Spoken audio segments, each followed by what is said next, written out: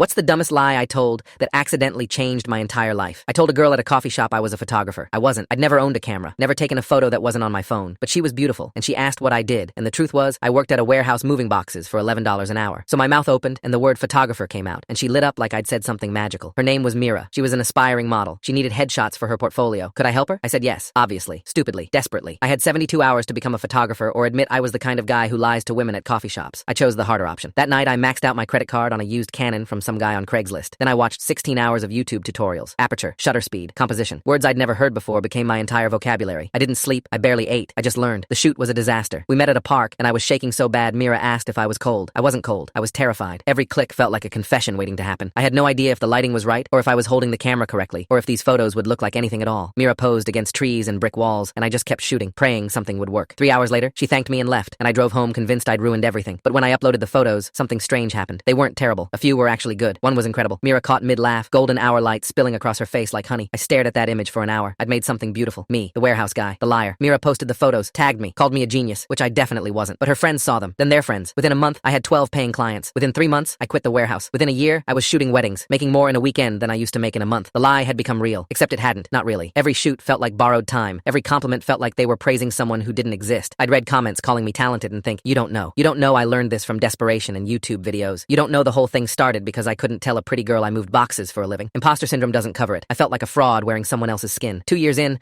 I got hired for my biggest job yet, a corporate campaign. Real money, real pressure. The creative director was a guy named Franklin who'd shot for magazines I'd only seen in waiting rooms. He watched me work the first day, arms crossed, face unreadable. After the session, he pulled me aside. Who taught you? My stomach dropped. Nobody, I said. I'm self-taught. He nodded slowly. You've got an eye. Raw, but real. Most trained photographers lose that. They learn the rules and forget how to see. You still see. I didn't know what to say. He handed me his card. Call me when you're ready to go bigger. I went home that night and cried in my car for 20 minutes. Not sad crying. Something else. Relief, maybe. Or permission. Permission to stop waiting for someone to expose me. I called Franklin 3 weeks later. He mentored me for a year, introduced me to clients I never could have reached alone, taught me things YouTube couldn't, like how to read a room, how to make subjects forget the camera existed, how to find stories in ordinary faces. I told him the truth eventually. About Mira, about the lie, about the warehouse. He laughed so hard he spilled his drink. You think that's unusual? Everyone starts somewhere embarrassing. The difference is you kept going. Most people tell a lie like that and run. You built a life out of it. I thought about all the nights I'd stayed up editing until my eyes burned, all the free shoots I'd done to build a portfolio, all the moments I'd chosen the camera over comfort. The lie got me in the door, but the work made me belong there. I own a studio now. Mira and I stayed friends. She's a real model these days, and sometimes I still shoot her portfolio. It's been 5 years since that coffee shop, and I still think about the warehouse kid who panicked and said photographer. He was a liar, but he was also brave in a stupid, reckless way. He bet everything on a version of himself that didn't exist yet. Turns out, that's how most people become who they're supposed to be.